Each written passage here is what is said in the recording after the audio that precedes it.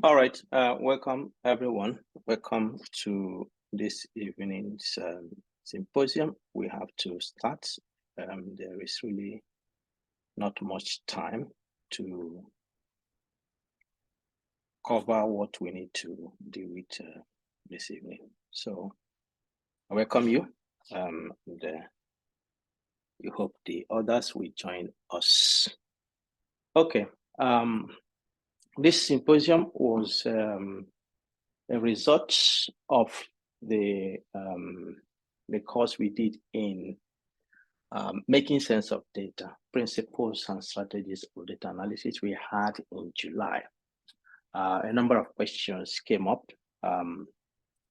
So this was one of the issues, and we promised to have this session to look at some of the issues around how to make sense of causality. Looking through Bradford Hill.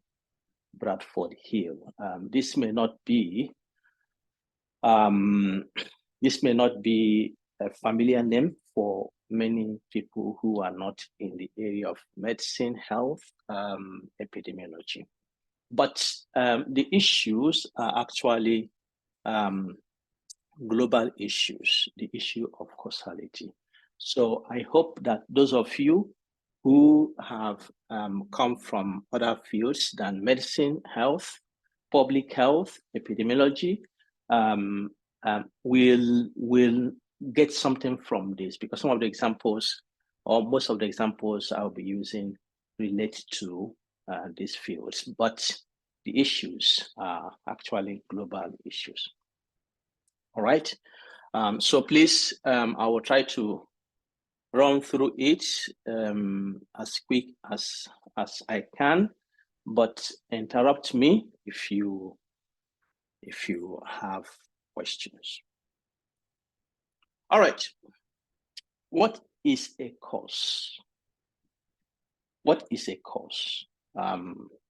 This McMahon is or was an epidemiologist. And he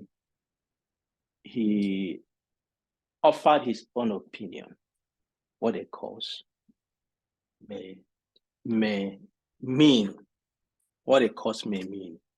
And he said the word cause is an abstract noun, and like beauty, will have different meanings in different contexts. All right. It says that beauty lies in the eyes of the beholder. This is an example of the challenge mankind has had over the centuries, generations, and we're not over with it. We have made progress. Encouraging progress, but we are not over with this, trying to dissect a cause. And the question of cause is a dilemma we face each day. A dilemma we face each day. A dilemma we face each day. And it cuts across fields. It cuts across our experiences. Whether you are young, whether you're old, whether you're black, whether you are white, if you use those inscriptions. And what mankind tries to do is trying to understand this. Okay, so I would like you to speak up. How is this defined, or how is this viewed in your discipline? Because we represent different disciplines here. Some from education, some from humanities, some from social sciences, some from agriculture, economics, health. How is this? Let's take a few minutes. Please just raise your hand. Let me see if I can take a few. How do you view costs in your discipline?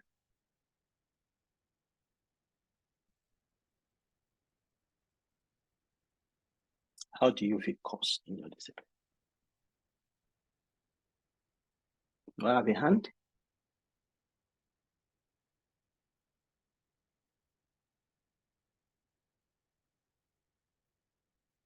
Okay. Maybe you don't have that problem. All right, I have Olubukola, Adesina, and yeah. Then I'll come to okay, Margaret. Yes, please. Okay. Well, in my discipline, of course, the way I look at it. You're from which discipline? Maybe obstetrics and gynecology, reproductive health. Okay. Medicine, health. Okay. Yes. Medicine. Go ahead. Okay. So, well, I look at it as we, like you said, medicine. So there are diseases, and generally, like I even tell my students, it is good you try and find out what may be responsible for what you are seeing in the patient, and perhaps if you can identify what is responsible, then perhaps you can come up with prevention. It is always better if you can prevent it from that condition happening than we are trying to do damage control in the patient. So that, for me, is the way that I often look at the issue of cost. All right. And then how do you, sorry, don't mute yet. Just from what you have said now. When you set out to do this, what is your experience in the whole scenario? How easy is this? How difficult is this? Do you always find an answer? Or no, you don't. You don't always find. You don't always find an answer. There are lots of things that you can't. Let me give you an instance. I always say some of the conditions that people are presenting with 20, 30 years ago, we were talking about them, and yet we're still talking about them now. So why are we still seeing those things? Sometimes it may seem obvious what is causing, but then why are people still doing what we think? So there are many ways of looking at it. There may be biological causes, there are also behavioral causes of why we are seeing what we are seeing. And then you can even look at things, something as simple as COVID.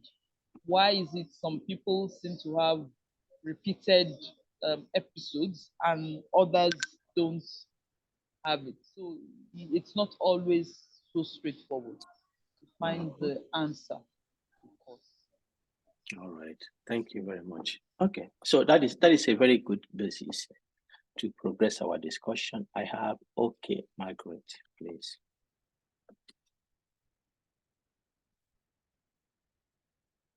Margaret, you have to unmute yourself and then you speak. Okay. Good evening, everyone. Good day, everyone. Yes, sir. Good evening. I'm from economics. Okay. Yeah. When we look at a cost, like in economics, we look at variables. So a variable can affect another variable. A variable can make another variable to happen, to increase or to decrease. For example, if I say economic growth is a function of capital accumulation, then capital accumulation causes economic growth. Of course, it will now depend on whether it's a direct cause or whether relationship is an inverse one. If relationship is a direct relationship, then an increase in capital accumulation will cause increase in economic growth. So capital accumulation is causing economic growth to increase.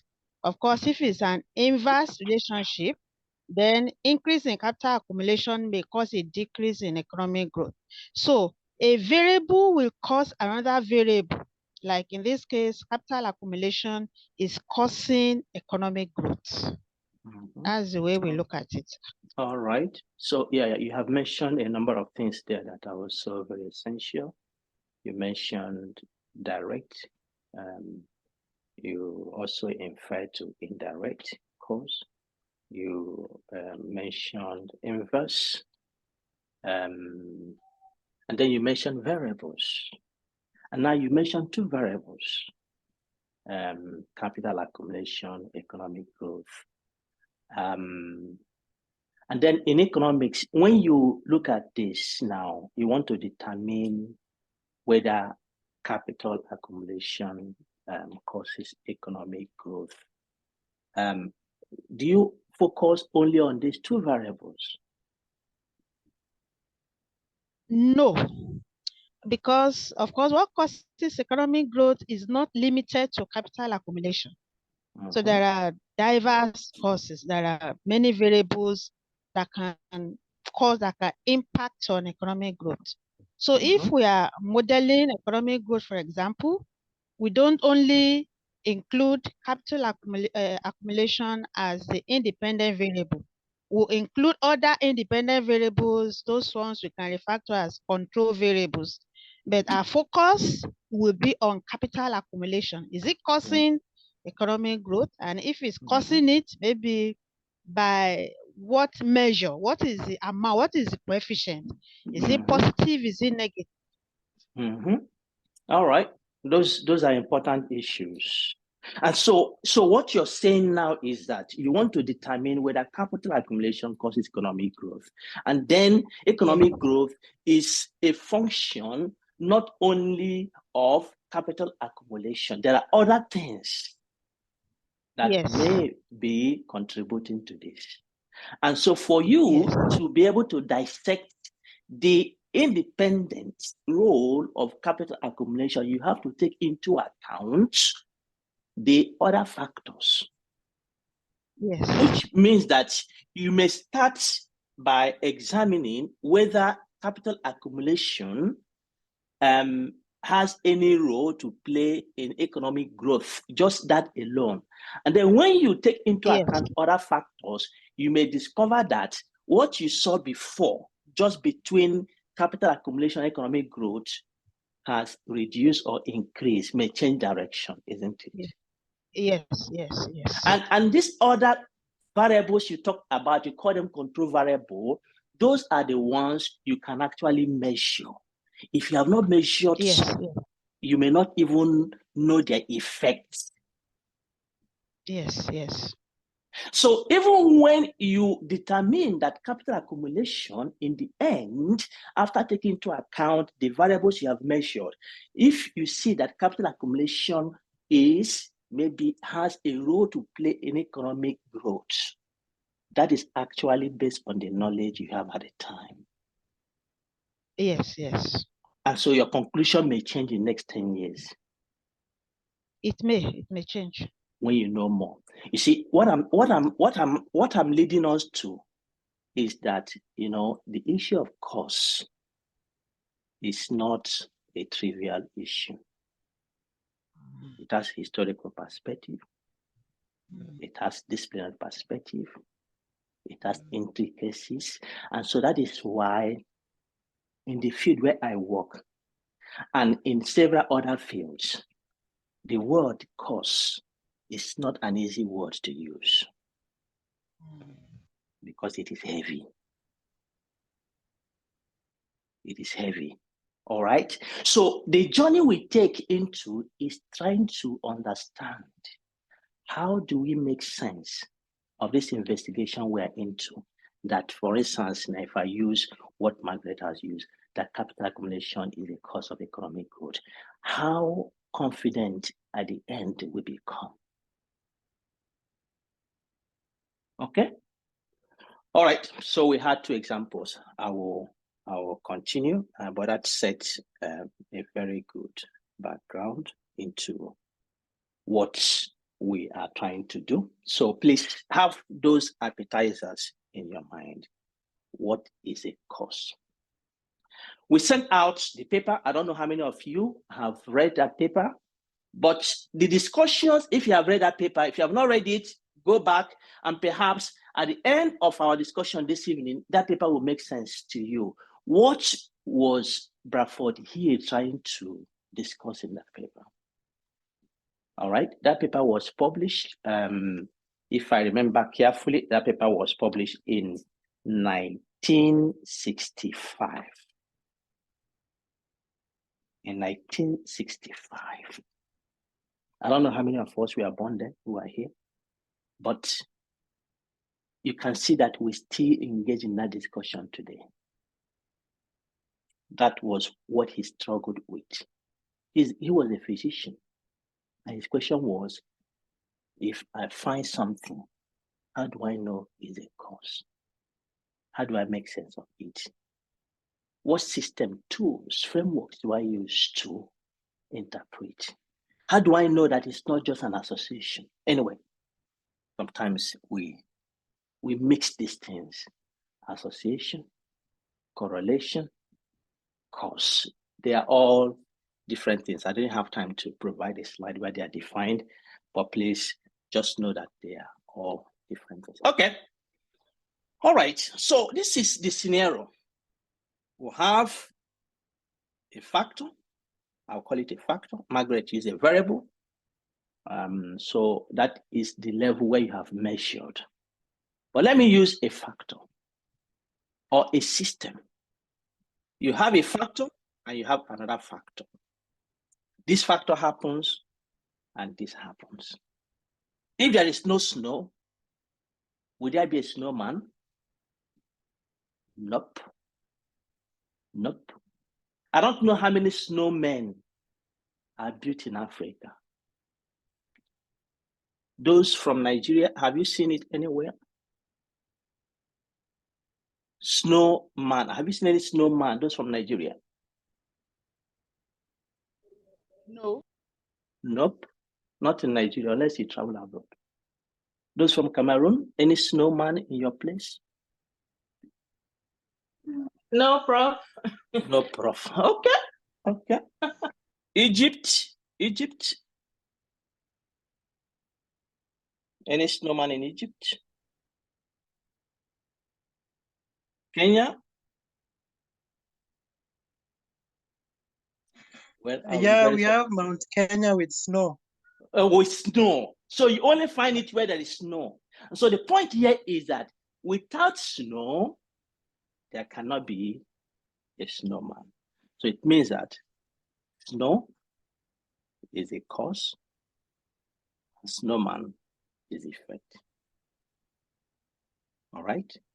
So in this discipline, we refer it to cause and effect relationship.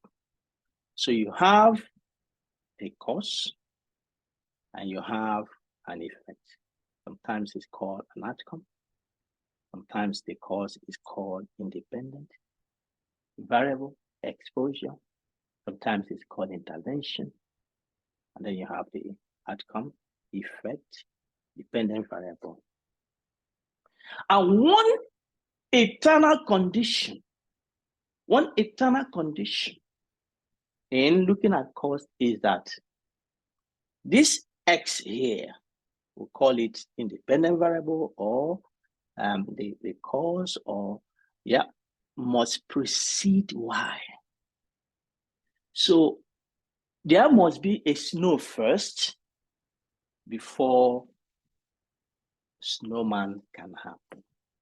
Otherwise, there would have been lots of snows in Africa. All right, so there must be snow before snowman. So cause is any event, condition, characteristic that when exposed results in the occurrence of the outcome, and when removed prevents the occurrence of the outcome. You can understand that. All right.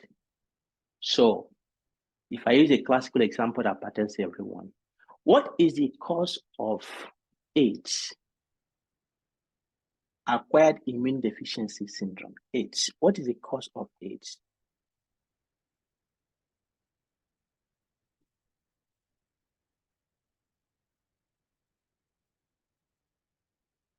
Anyone? HIV. HIV. Sir, is immunodeficiency virus. HIV. Does everyone agree with that?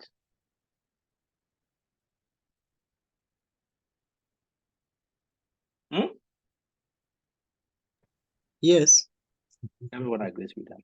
So by this definition, what it means is that if you take out HIV, if you introduce HIV, then AIDS is likely to happen. If you remove HIV, then you will cut off AIDS. So causes can be genetic or environmental, or social, or different things, economic.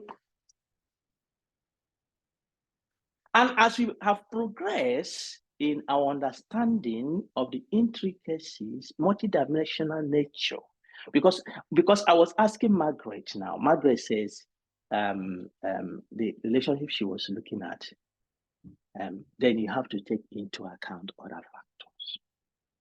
Because there can be other factors that can cause economic growth, she said. You know, historically, if you read the history of cause or causal inference, there was a time people had shown that a particular condition, a disease, will always have one cause. All right? But today, we know it is not so. For instance, when AIDS started, the exposure to have HIV was mostly limited to sexual contact. Well, I'm not speaking as an expert, okay, in this field. But those who are in this field, you understand what I'm saying. But today, to have HIV, is it only through sexual contact?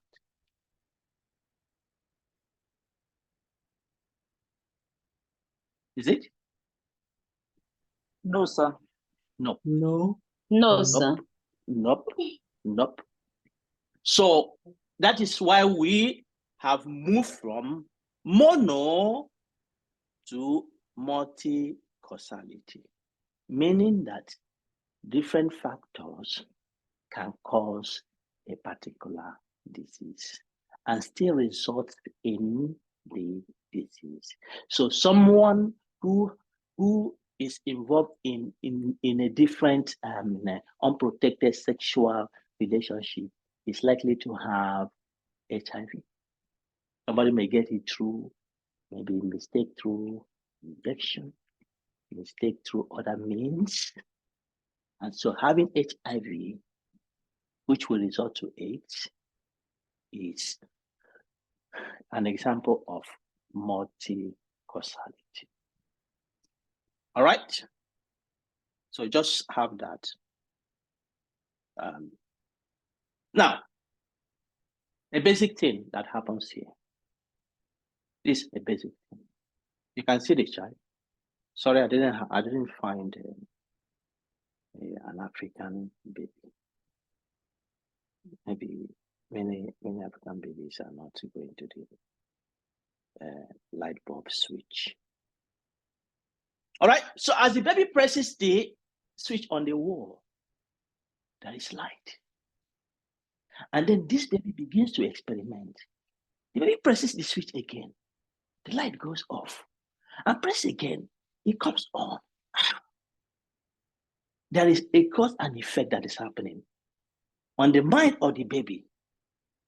So it is this switch that is causing the light to go on and off.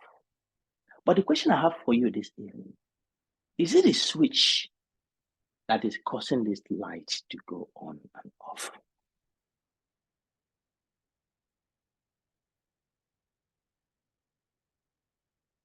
Anyone? Please raise your hand. Is it the switch that is causing the light to go off and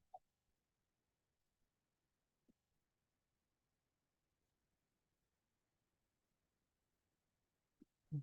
No, sir. No, sir. No, sir. No, sir. No, sir. Okay. Explain your distance. I think it's the switching on of the switch that causes the light to come on. Switching it on. And Yeah. then switching it off makes it to go off. Yes, sir. Okay. So the switch on and switch off causes what happens to the light bulb. All right. Who was the next that says no? Well, there is something inside the light that will make the Something. switch to on or off. Mm-hmm. Okay. Something is there that will bring out the light. This And we don't know what just is to there. control. Yes, sir. We don't know it. Yes, sir. Okay. Does everyone agree with her?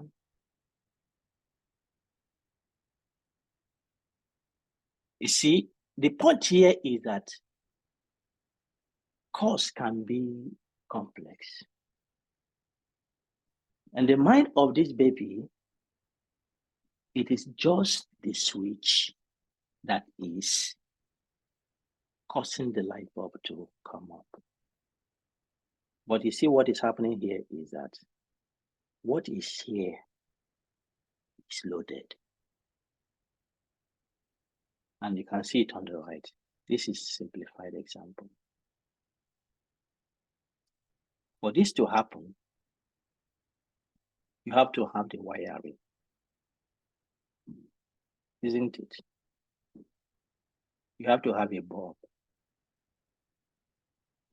You have to have electricity. You have to actually get the wiring right. You may have a bulb. If the bulb is expired, when the light come up, no matter how long or how many times you press the switch, it will not happen. In Nigeria, when I was young in those days, they used to have what they call National Electric Power Authority, NEPA. And it just happens in a twinkle of an eye. Oh, NEPA. The light goes off. The light comes on.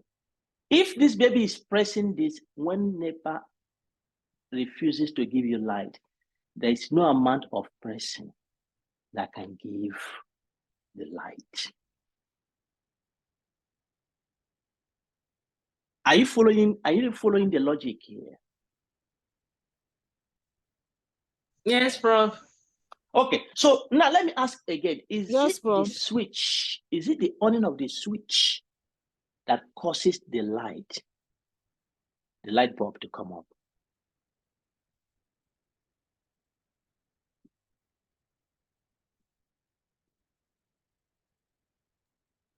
Is it?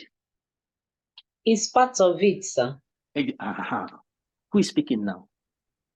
Is Akman Clara? Clara, you are amending your statement before, isn't it? Yes, sir. Okay. You are amending your statement before. All Yes, right. sir. So you are now saying it is part of it, meaning that this simple thing this child is doing is a complex system that has other conditions that need to be satisfied. Without which, Yes. no matter how you press the switch, the light will not come up. You have to have a bulb, and the bulb needs not to be expired. You have to have the electric company that has given you the light. You have to have the wiring system. You have to have the switch, and so on and so forth. All right. I see Zacchaeus is raising his hand, please. Thank you, sir. I think from what your explanation, I can see that individual who is going to study cause and its effect have to have the definition of the scope. Because I see in that way, the action of that baby, without that baby taking action, there will not be any effect, even within the room. That is number one. Number two, without the source of light, maybe the NEPA you are talking as the case of Nigeria, the action of that baby cannot cause any effect.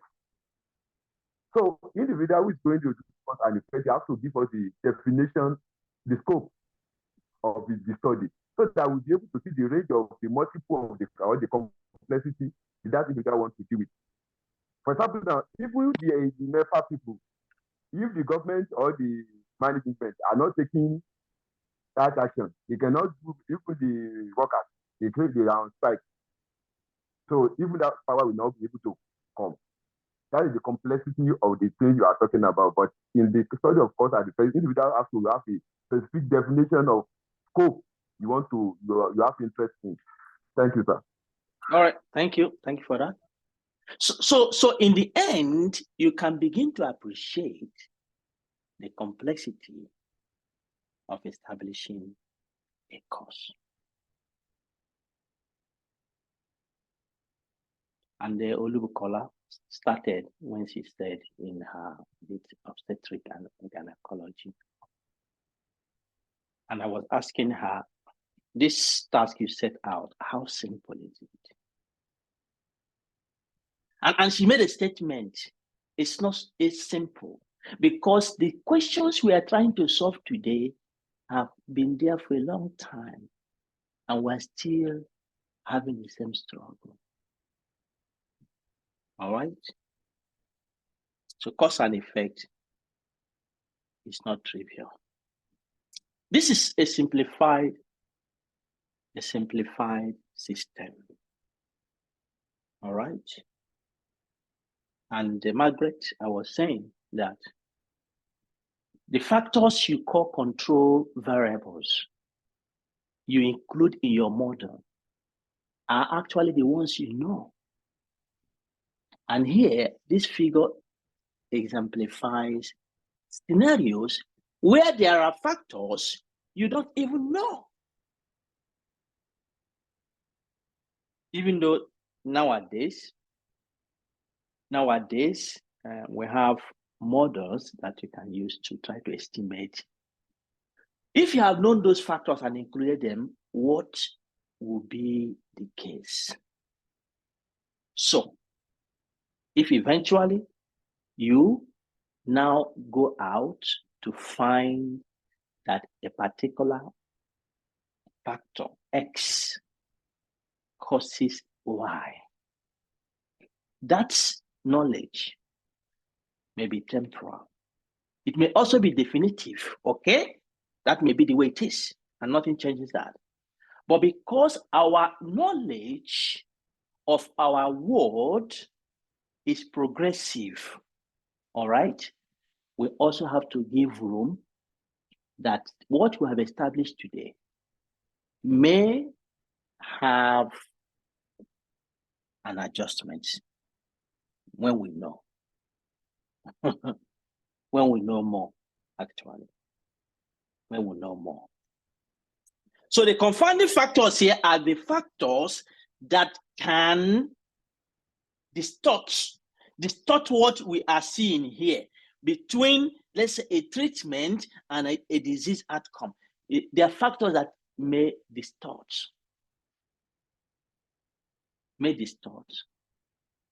And so we go out there, we say, well, treatment causes outcome here. But if you don't take into account this, you may reach the wrong conclusions. Because what you're seeing here may be due to the effect of other factors. And that is what Margaret was saying, that you control for some other factors. Well, I will not go too deep into that. It is not only confounders. We have other means. We have moderators. We have mediators. We have different kinds of interactions that may happen in this system we're looking at. All right. All right. So determining causation is challenging in any field. Determining causation is challenging in any field. And the implication for study design Meaning that every study we conduct has the way it is designed. And the studies I have given you here are basically from the population health, public health, epidemiology. And the more you go the top, the more likely you can use those designs to establish a course. The gold standard study design for establishing a course is the randomized control trial. Randomized control trial. Because it's an experiment that has been done that removes these factors and other factors. So that once you conduct that design randomized control trial, these factors are removed. And so what you observe, if it is done well, what you observe will be the effect of the treatment, the cause, and the outcome or the effect. All right? But the challenge is that most studies, even randomized control trials, are poorly done. So even when results come from them, we have to interpret them cautiously. You have other things like bias. All right? And so instead of performing experiments, many times what we do is we observe, we call them observational studies, where you do not have an experiment you conduct like you do in randomized control trial. So in the end, what you observe from observational studies will be associations. Association between a factor and another factor. And so when you observe associations, you cannot use the term cause. If you observe association, you cannot use the term cause because certain conditions that should be there for causation have not been satisfied. So it becomes preliminary knowledge that you require other tools to establish the issue of causality. Nowadays, we have moved because in certain settings, you cannot conduct experiments. You cannot conduct a randomized control trial. The only thing you can conduct is observational studies because of ethical dilemma of randomizing people. All right. So there are tools nowadays that have been developed and are being also developed in which we can move evidence from observational studies towards establishing cause. All right. But many of these study designs will not satisfy those tools because of the way they're implemented. All right. So in that case, if we have the tools to interpret the associations, what we do is we infer causation from the association. That is where we got the term causal inference. Using the observations you have made and trying to take them upward to infer causation. And that itself is not trivial. Now, there are some modern theoretical frameworks of causation. Modern theoretical frameworks of causation. And this was really established by this epidemiologist called Kenneth Rothman. And if you are to ask me, he has another colleague, and of course they have developed they have developed new generations of epidemiologists. There is another colleague called Sander Greenland. These two guys really moved the idea of causation to a greater level we are today. All right. This framework, Kenneth Rothman introduced sufficient and component cause model. Provide framework in which we can view the causal context in order for us to understand how intricate and how complex this can be. So they developed this. And this was developed in the context of disease and health. But they are now also being applied in different other contexts. I will go through them and I hope they will make sense for you. They are called sufficient and component cause model. So his first deliberation is that diseases have multiple causes. And I've mentioned that before, multi-causality.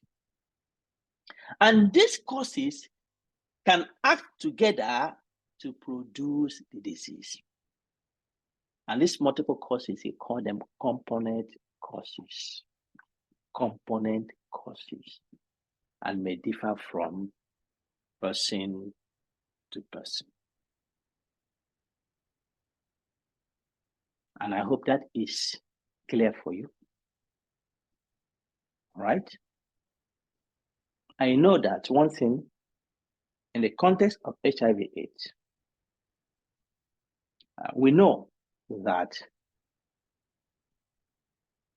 it is more likely for African Americans to have HIV/AIDS than Caucasians.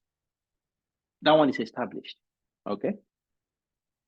It is also more likely that those at the lowest end or lower end of the socioeconomic ladder are more likely to have HIV/AIDS than those who are economically good, in good form. And as we have discussed here, getting the HIV itself is not through the same means.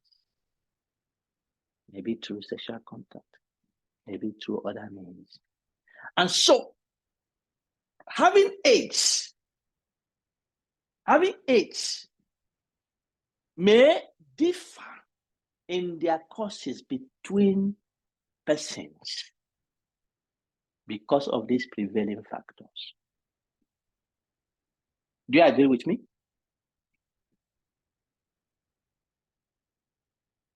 Yes. Yes, sir. Yes. So, Kenneth was thinking about this. I said, well, each disease cannot be caused by the same thing across persons. It appears more reasonable that persons may have actually different components that come together to exhibit the disease in them. And so if this is one person, this is another person, this is another person. So there's person 1, person 2, person 3. Each of them get the disease, but by the influence of different components, different causes inside them. All right, so he went to define the other term, sufficient cause. It's a minimum set of components, if present in an individual, produces the disease. So for person 1, it has 5 components. And once these 5 components complete, the disease happens, boom. Person 2 has 5 components. And when these 5 components complete, the disease happens, boom. And person 3. Now, look at these circles here. What is common between them?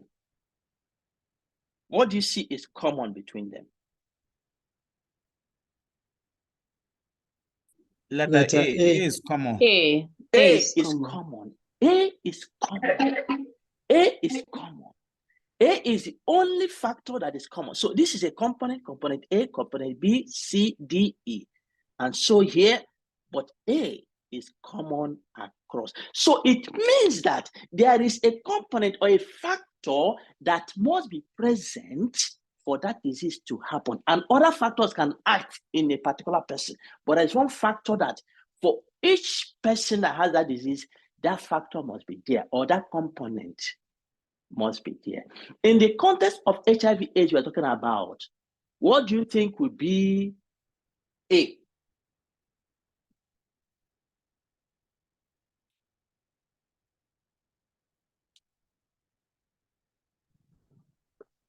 I think virus. The HIV, isn't it? The HIV, isn't it? Yes. I mentioned socioeconomic status. I mentioned race. It may also be a place of the living place, but regardless of different factors, if you don't have the virus, you cannot have. And that is what he called necessary component, a condition without which the disease will not occur. It must be present in all sufficient causes.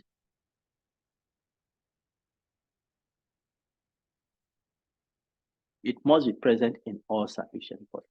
Now, we have recently the COVID-19. All right? If you don't have the exposure, if you're not exposed to the, is it virus or bacteria?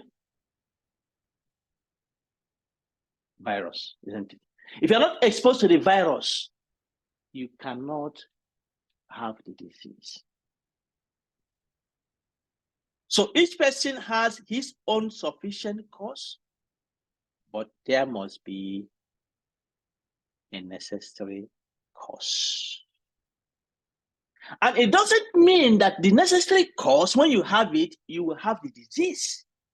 No, it means that the necessary cause must be there, but there must be other component causes within each person that will cause the disease to happen. This is a very powerful framework Kenneth Rothman introduced, and it has swayed across discipline to really begin to appreciate the complexities of cause. So, yeah, I was talking about HIV. This one is a sufficient cause. Once this happens, this person has developed the disease. It's different for this person, but there is a necessary cause, exposure to HIV. This is tuberculosis, exposure to TB must be there. But the other components may be different. For this person, there are 4 components. For this person, it is only 3. So the components must not be the same for each person. But once those components are completed, then they are sufficient to produce the disease in the person. 4 scenarios of sufficient and necessary causes. One is necessary and sufficient. If the component is present, disease will always occur. Without component, disease will never develop. Rarely occurs in reality. Okay? Rarely occurs in reality. Meaning that even if you have the necessary component or necessary cause, there needs to be other component causes that will exacerbate and lead to the development of the disease. So this is scenario 1. The second scenario is necessary but not sufficient. Each component is necessary but not in itself sufficient to cause the disease. Okay?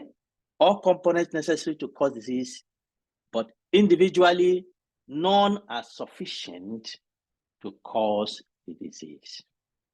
All right? So you may have all the components in a sufficient cause to be present, but they in themselves cannot cause the disease.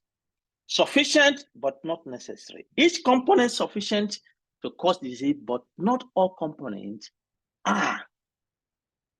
All right, not all components are. If A is absent, disease can still occur. All right, so there are different scenarios that may appear. All right, neither sufficient nor necessary. Most of today's chronic diseases fall into this situation. Components combine in ways we know little about the cause disease. Remember, this is a framework just to highlight the complexities of cause. So even when we have dissected to say, okay, this component must be there, this component must be there, this component must be there. But the way the things operate, many times it's a baffle. It intrigues us. So that the frameworks we develop will only scratch the surface. We only scratch the surface. For instance, today, we know that breast cancer is a disease of women. Is that true? Yes, sir. Is that true? That voice is not confident enough. Is that true? Yes, Both sir. men and women. Mostly No. women. Women. Mostly women. Mostly Women. women. But there are some men that still get breast cancer, is it not? It is. Yes. I've never seen such. Okay. Yes. But Sir, there are based on men that get breast cancer. I've never seen it. sir, So if can we our say that component causes we put there, you have to be a woman. But today we know that some men get breast cancer. And that adds complexity to our model. Yes, Zacchaeus, what were you saying? I thought we would see that that statement is necessary but not sufficient. Because if we have other men that can maybe due to their genetic composition or their body system, they can still have breast cancer. So I can say that statement is sufficient but it's not necessary. Yes, that is the point. That is the point. All right. So even when we have our model very well specified, they are theoretical models that help us to think. But we need to understand that there are limits to how much the models can take us to. And so that is why we end up having situations like this. That a 9-year-old girl will have fibroid. All right? Yes, they're happening. Okay? So they are not trivial issues. Now, let me go to another theory, of course. We call it counterfactual. Counterfactual. Is there anyone who is familiar with this theoretical framework? Of course.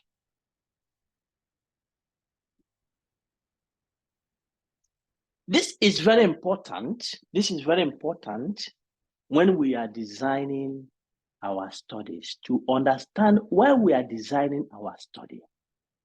Because to establish a course, let me use this. This may not be so obvious for people, but let me give you an example. I had a friend when I was studying in Finland in those days, and I had this friend. We walked from our school to the bus stop, and there are at least 2 ways to get from the school to the bus stop. So one day I was, arguing with my friend, and I told him that the other way is shorter. He said, no, this way we are taking is shorter. I said, no.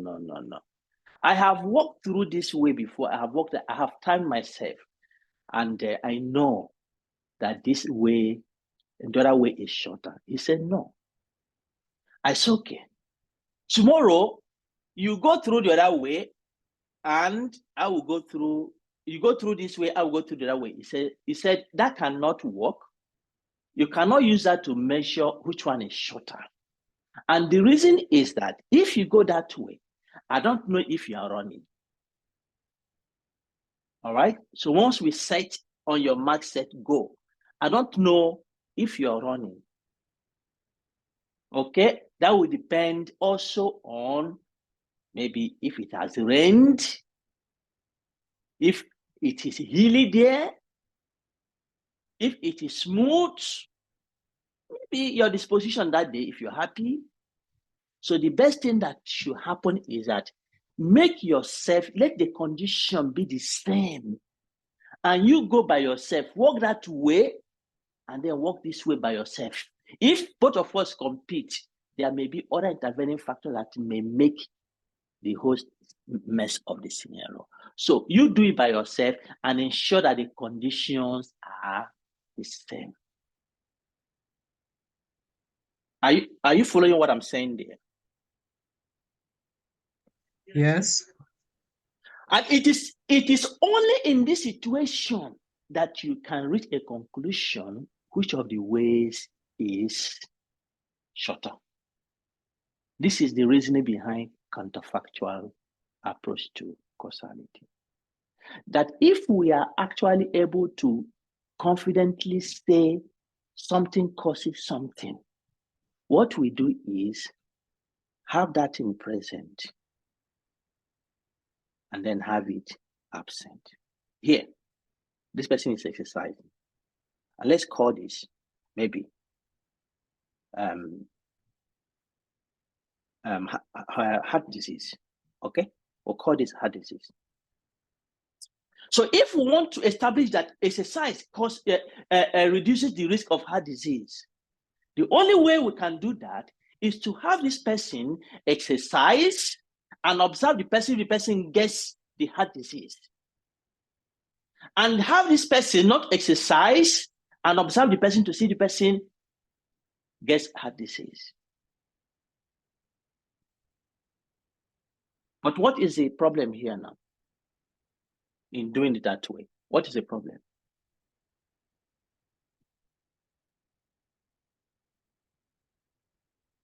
We have not eliminated the co-founders. No, forget about don't bring co-founders. Just this scenario I have painted. What is problematic in this scenario?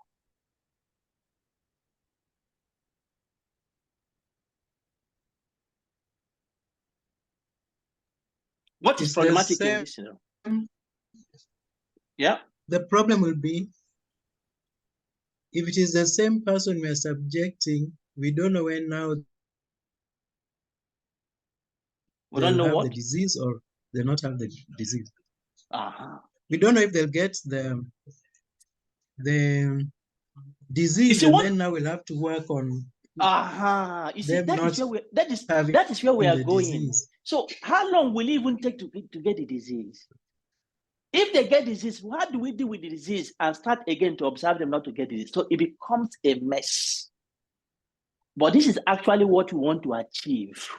If we want to say that something causes something, it means that the conditions need to be the same. The conditions, apart from the exercise and not exercise, this person needs to be in the same condition. But if we make this observation, how long does it take from the exercise to get disease? We don't know. And then when do we start observing the person not exercising? This is the reason for establishing cause. And because it is not possible to use the same person to do this in every case, what we have done to establish this is to do what we call experiments. Have intervention group and control group. That is the reasoning for having intervention and control group. The intervention group, we mimic this one. The control group, we mimic this one. All right? So we give an intervention, in this case, physical exercise, to the intervention group.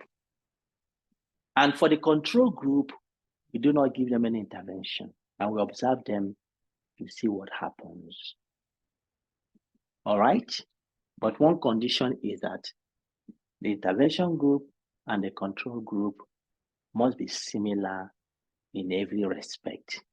And that is why we introduce the random selection, a random assignment.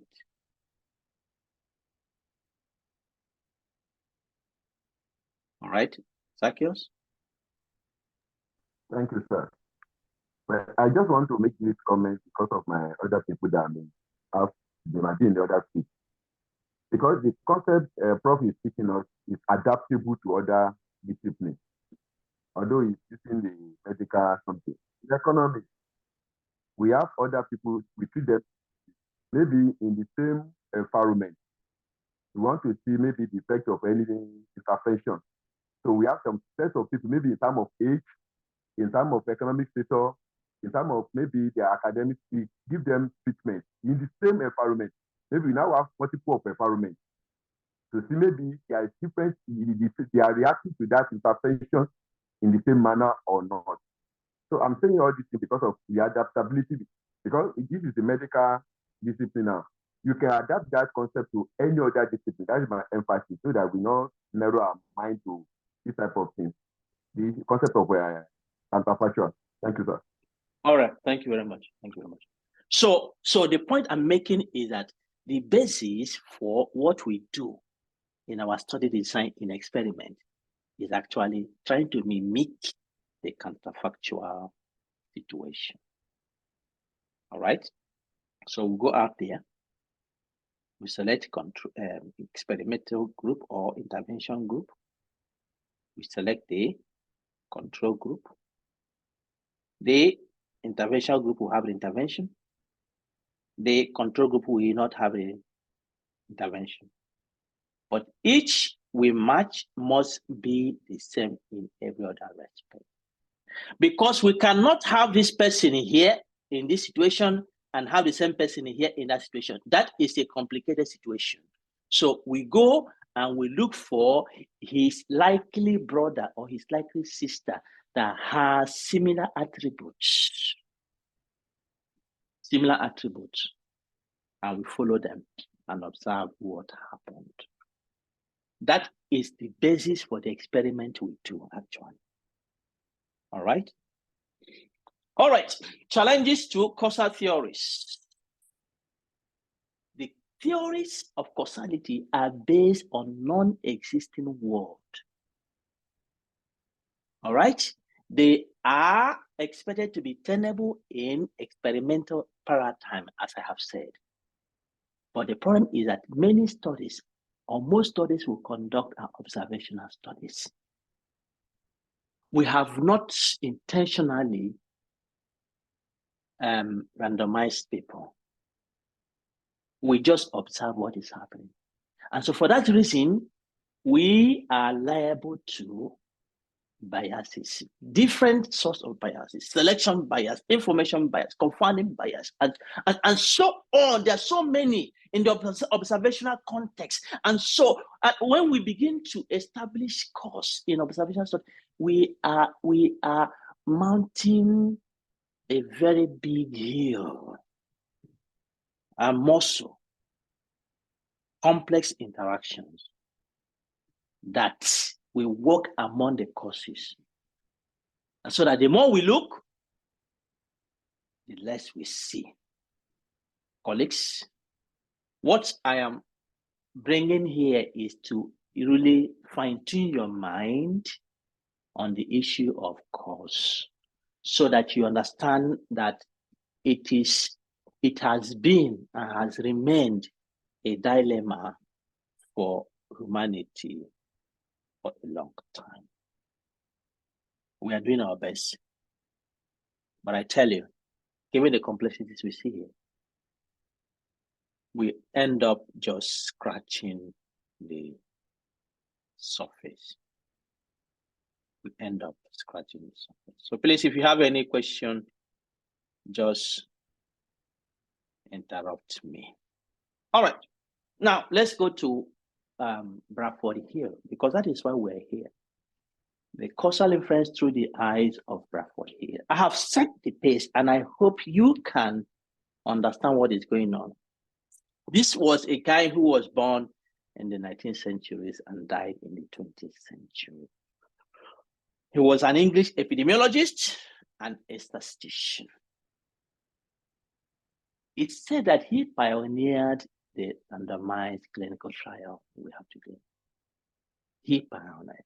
And this was a guy who engaged his mind. You engage his mind. And if you look at the paper I gave you, the reason why he wrote that paper was his struggles.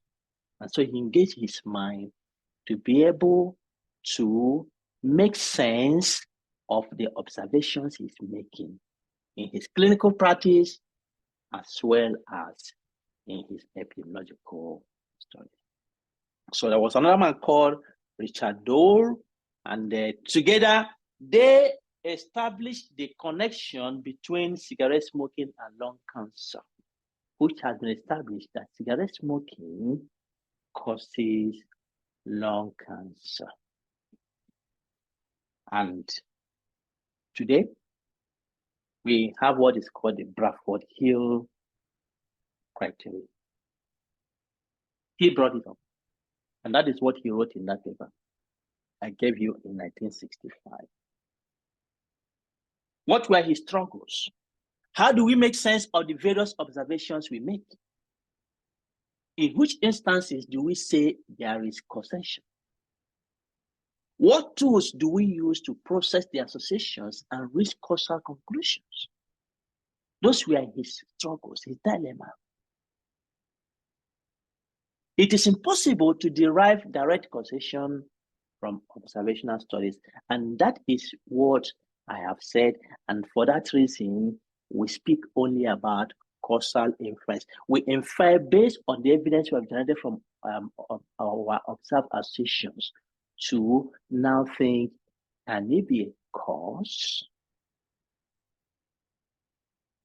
All right. So with the wave of biases plaguing observational studies, epidemiological studies, how do we epidemiologists draw conclusions that relate to cause-effect relationships? These were Bradford Hill's mindset. If you read that paper, it's a paper that exposed the struggle a man has faced for a long time. All right? So this is what he said in that paper. Our observations reveal an association between two variables, perfectly clear-cut, and beyond what we would care to attribute to the play of chance.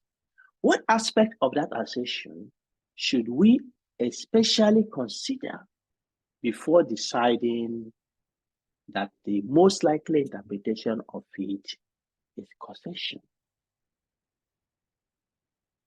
This was his main thesis in that paper. Thesis statement. All right? It means that he will not just say, well, I have found a cause for this. He's not asking the question, how do I even get close to that? How do I make that statement? Is it possible to make that statement? What are the conditions? Now, there is a confusion that is going on, especially among epidemiologists, that people go and they have called it criteria, Bradford Hill criteria. And when they make a study, they go there and they pick this and they say, well, according to Bradford Hill, this condition has been met. But you know what? I think it's a confusion of terminology. Bradford Hill did not call what he discusses criteria. Read through that. Bradford Hill was only making some insinuations, assumptions, or providing a framework of contemplating how do we process these associations to give them a clearer picture. And so what he was doing was not to provide a criteria. According to Oxford Dictionary, criteria are principles or standards by which something may be judged or decided. And that is what people have done.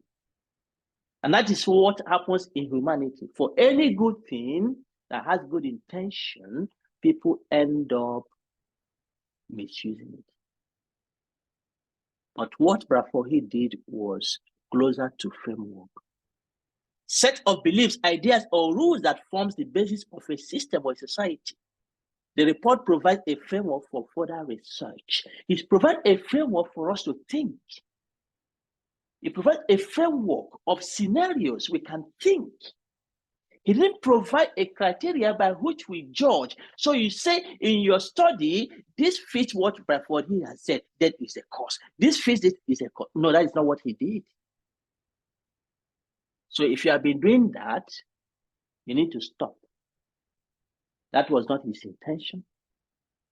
And remember, he made his thesis, his paper, in 1965. We have learned a lot. We have learned a lot. We have made many clarifications. Now, we have.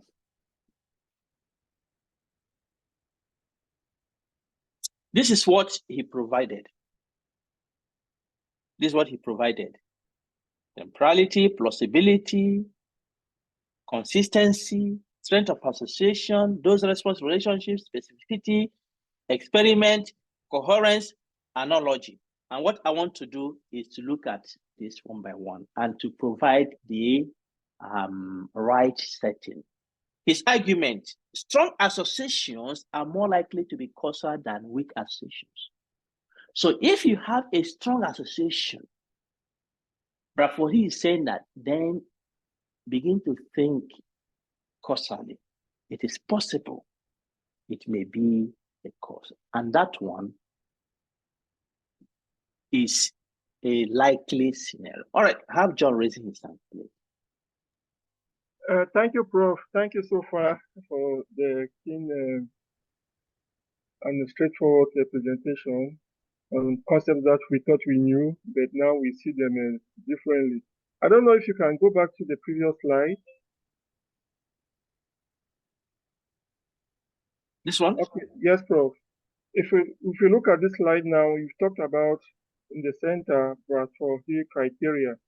But from the previous slide, we will look at it that it wasn't a criteria per se, but it was a framework. I don't know if at this stage we can just put it a framework instead of going back to criteria. Yeah, that's what I have on top there. But this is a picture.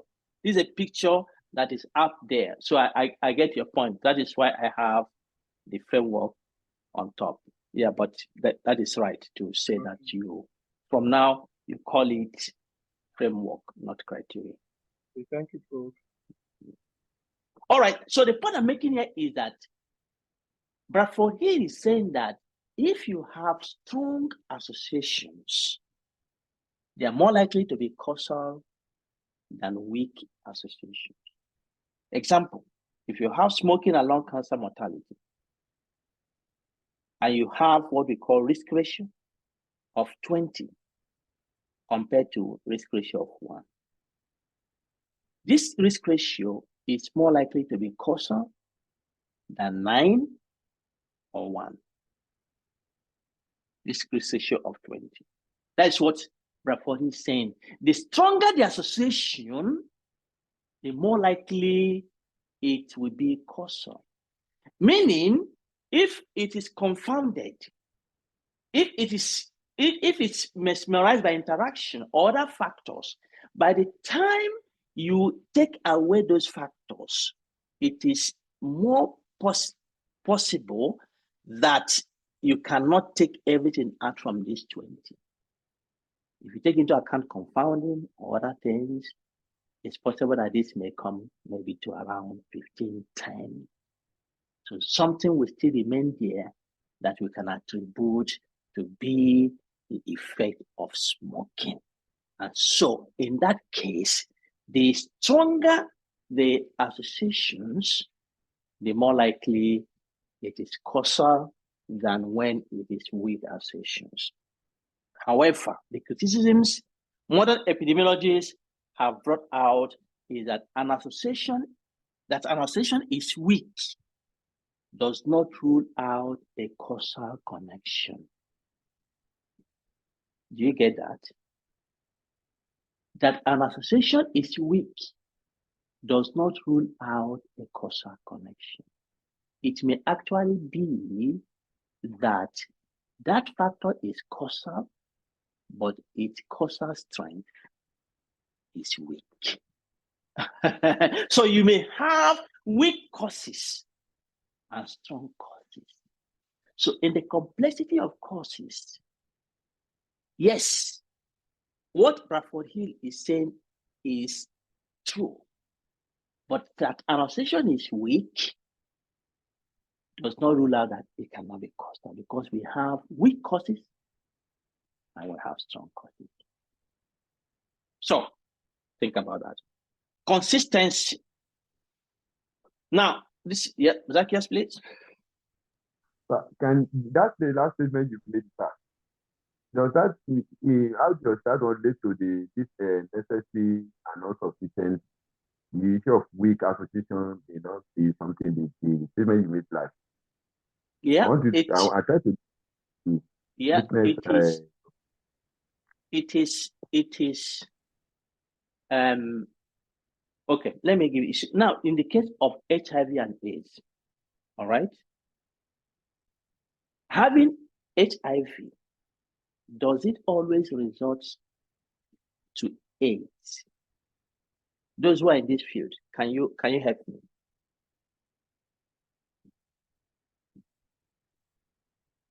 Having HIV, does it always result that somebody develops AIDS? No. No. So we know that HIV is a necessary cause. But if you go to populations, perhaps there are other genetic factors in those populations that actually inhibits the development to AIDS. So if you look at the association between having HIV and AIDS in that population, HIV will have a very weak effect because most people don't develop the AIDS. And so it will be weak. But HIV itself is necessary. It must be there for you to have AIDS. I don't know if you get my point, Zacchaeus. Yes, sir. Does it answer your question? Yes. I just want to relate so that we have the synergy between that statement and the previous statement you have made so that we have the connection. Yeah. So do you get it now? Yes, sir. Okay. Yes, sir. So that is what happens. And if you take the situation to populations that perhaps do not have that genetic backup, you may see that having HIV may be associated with high increase in having AIDS. And so in one population, you have HIV having strong effect, another population having weak effect. But HIV itself is a cause, is a necessary cause of AIDS. So that is what modern epidemiology, based on the knowledge that we have developed over the years, to say that the strength per se is important, but we have to also know that an association is weak does not rule out that it's not causal. Consistency. Has it been repeatedly observed by different persons in different places, circumstances, and times? The more findings are confirmed in different populations under different circumstances, the more likely it is causal.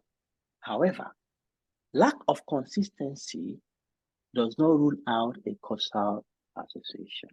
You see, using the same example I've used now, in one population, HIV has a weak association. In another population, it has a strong association. So consistency is good because then that increases our confidence that this factor may be responsible, but it has to be noted that it does not rule out a causal association. Under sufficient cause model, effect cannot occur unless the complementary component causes act or have already acted to complete a sufficient cause. And so, as I said, the sufficient cause, the component causes in the sufficient causes across persons will not always be the same. Specificity. A cause must lead to a single effect, not multiple effects.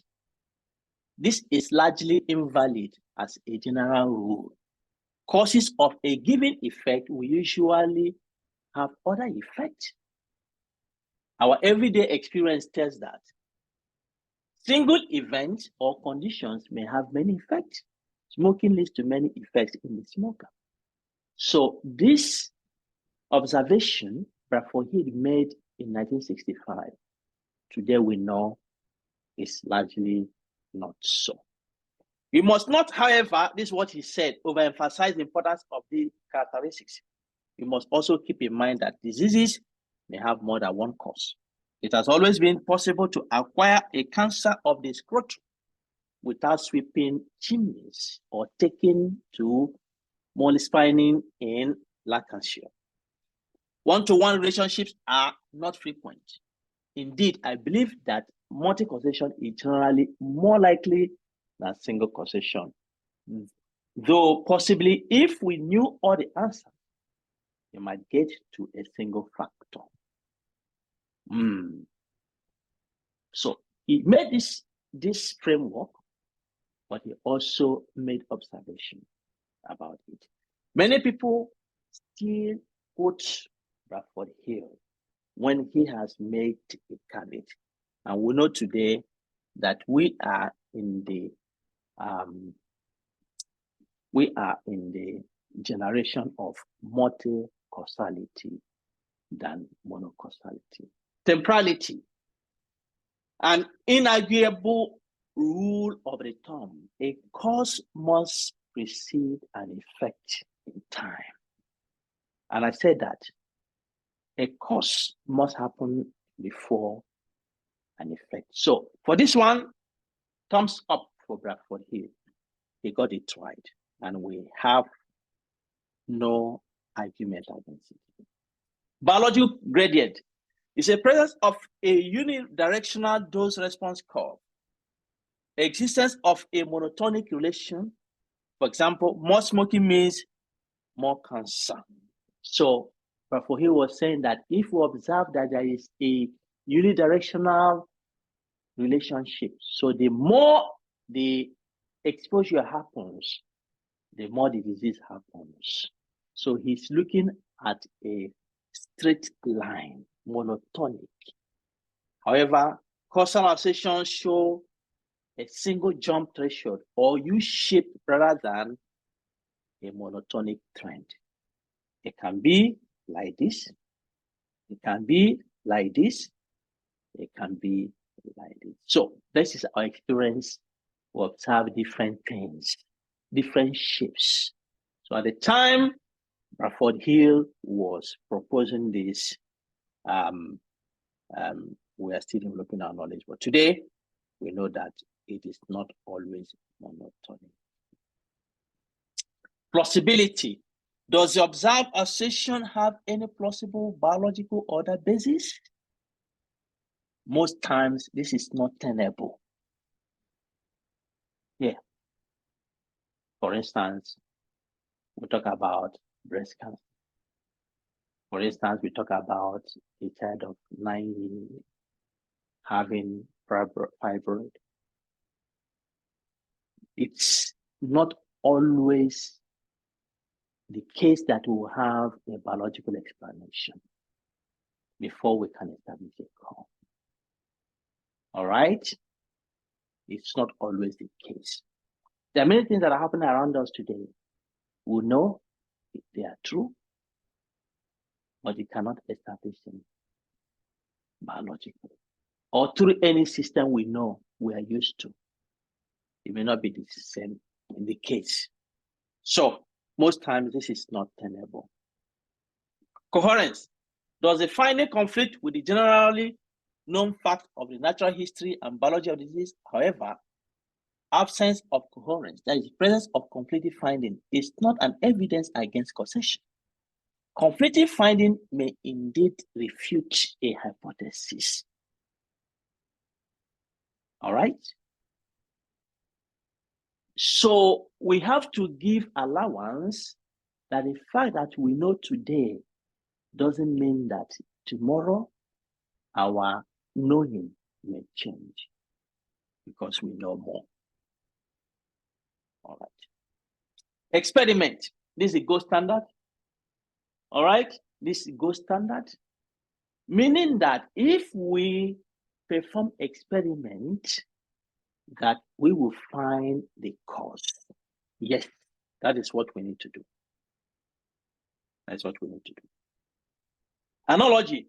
Being able to provide discussions that elaborate hypotheses about the assertions on that point. Absence of such analogies only reflects lack of imagination or experience, not falsity of the hypothesis. All right, so Bradford Hill is saying that if we make this observation, we should be able to provide reasons behind them. We should be able to discuss them. All right, but that we are not able to provide reasons does not mean that those things are not true. So it means that we may not even have the experience, the knowledge, or technical know-how to explain what is happening. All right. What is the take-home message here? Bradford Hill provided a framework, not a criteria. Today, we have advanced knowledge of the complexity of causation than when it was proposed, than when Bradford Hill proposed that. We have better knowledge that causation is complex. It's complex. All right. Please, before I leave, before I end it, if you want to receive the slide, just put your email on the chat box, and then okay. Well, you may not need to put it there. I think we'll share it on the WhatsApp group, so don't worry about that. Okay. So establishing cause is not trivial. We are grateful to Bradford Hill for the struggles he faced and was able to propose this framework that we can use to think about. Human knowledge is evolving. Human knowledge is evolving. So in 1965, Bradford Hill proposed that, and that had also caused people to brainstorm and think more of how to deliberate and make causal inference easier to achieve than in those days. And we are making progress. So this is what I wanted to bring to you this evening, colleagues.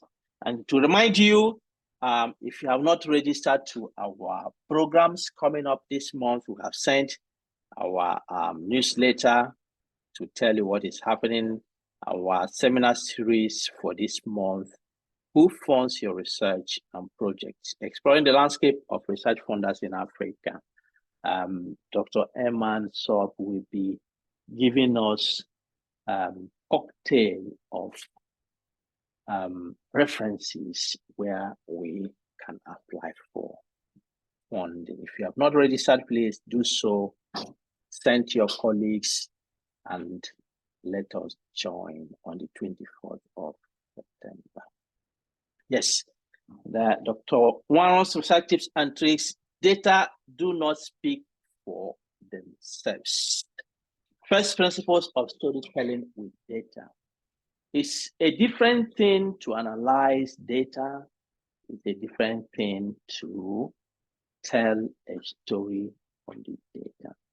You have to complete the cycle for you to have achieved your goal. But it's not a trivial thing to tell a story from your data. So in this tips and tricks, I'll be providing some principles we need to use to think through the process. So 29th of September, join us. And then, the event of the season, the ASFI first annual multidisciplinary conference and boot camp scheduled for November, end of November. Late-breaking abstract. Do you have a hot topic? Do you have recent results? Do you have novel data results that were not submitted during the regular abstract submission time? Please, we invite you to submit them. 30th of September is the deadline. Join us. Yeah, and if you have not registered for the conference, please, the early bird registration is still open on the 30th of September. For ASFI members, it's not much. That is why you are not registering now. You want it to be increased when you will pay more. Okay, no problem. But please know that the early bird registration ends 30th of September. And you can see we have sent this out. High profile African sons and daughters who have agreed to grace this conference.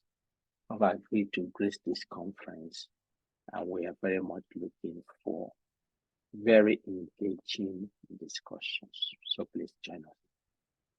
And then we have the ASFI research funding and grant writing.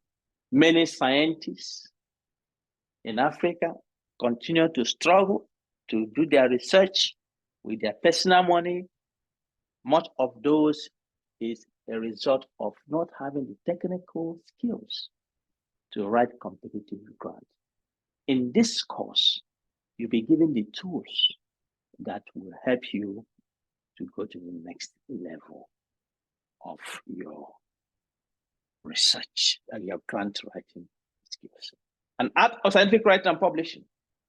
Yes, you have gone through your research, you have done your research. How do you write it out? How do you communicate it with the scientific community? This course will give you those tools. All right, that's all I have this evening. I don't know if anyone has anything to bring up. Questions, please. The floor is open.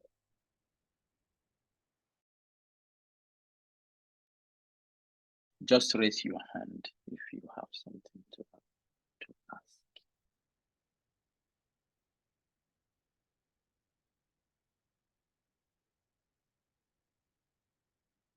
All right.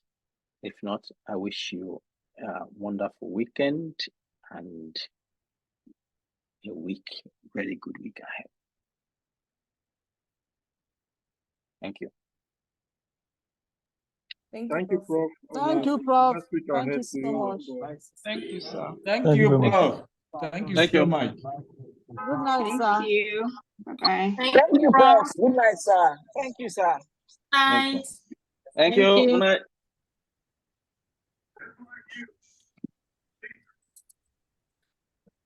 Thank you, Prof. Good night. Night. See Thank you you. tomorrow. Thank you, bro. Thank you.